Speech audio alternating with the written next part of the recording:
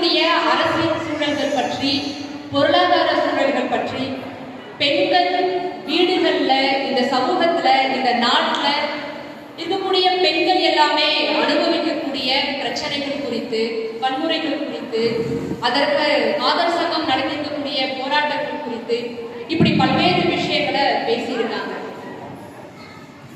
நாம என்ன பார்க்க வேண்டி இருக்குன்னா, இந்த வன்முறைகள் எல்லாம் எங்கிருந்து வருது? தோழர்களே, இன்னைக்கு பெண்கள் மீதான, மாணவிகள் மீதான, பெண் குழந்தைகள் மீதான வன்முறைகள் என்பது தொடர்ச்சியா அதிகரிச்சுட்டே இருக்கு. இன்னைக்கு பல பெண்கள் வீடுகள்ல இருந்து வெளியில போய் படிக்க ஆரம்பிச்சிருக்காங்க. திருமணங்களை தள்ளி வச்சுட்டு படிப்பு முக்கியம் என்பதுக்குள்ள நிறைய பெண்கள் வந்திருக்காங்க.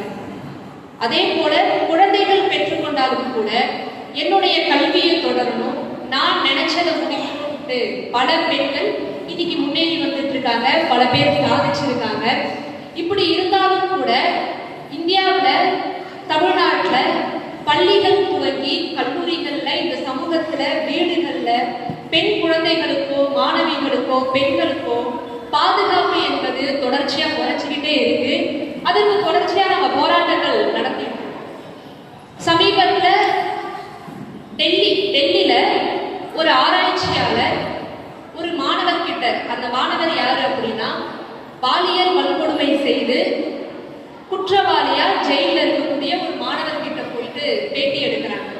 அந்த ஆராய்ச்சியாளர் இது போன்ற பாலியல் வன்கொடுமைகள் செய்து ஜெயிலுக்குள்ள இருக்கக்கூடிய கைதிகள் கிட்ட போய் ஆராய்ச்சி நடத்துறாங்க. அந்த மாணவருக்கு வெறும் 21 வயசு. அந்த 21 வயதான மாணவர் கிட்ட போயிட்டு அந்த ஆராய்ச்சியாளர் ஒரு 5 வயது குழந்தைய பாலியல் வன்கொடுமை செய்ய உனக்கு எப்படி தோணுச்சுன்னு கேட்கிறாங்க. அந்த மாணவர் சொல்றாரு, வெறும் 21 வயசு கொண்ட மாணவர் ஒரு 5 வயது குழந்தைய பாலியல் பலாத்காரம் செய்துட்டு ஜெயிலுக்குள்ள இருக்கிறாரு.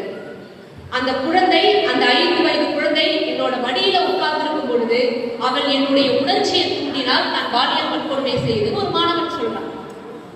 இது எங்கிருந்து வருது?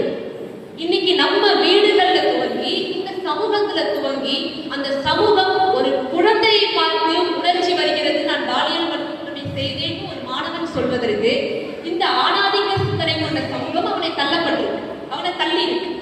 இன்னைக்கு நம்மளுடைய வீடுகள் தோழர்களே, எத்தனை பேர் வீட்டுல ஆண்கள் தான் சாப்பிட்ட தட்டை எடுக்கிறாங்க, ஆண்கள் வீட்டு வேலைகளை செய்யறாங்க. அப்படியே செஞ்சாலும் பெண்களுடைய வேலை எது? நான் உதவுகிறேன். அதான் ஆண்களுடைய ஒரு சிந்தனையாக இருக்கு. அப்படியே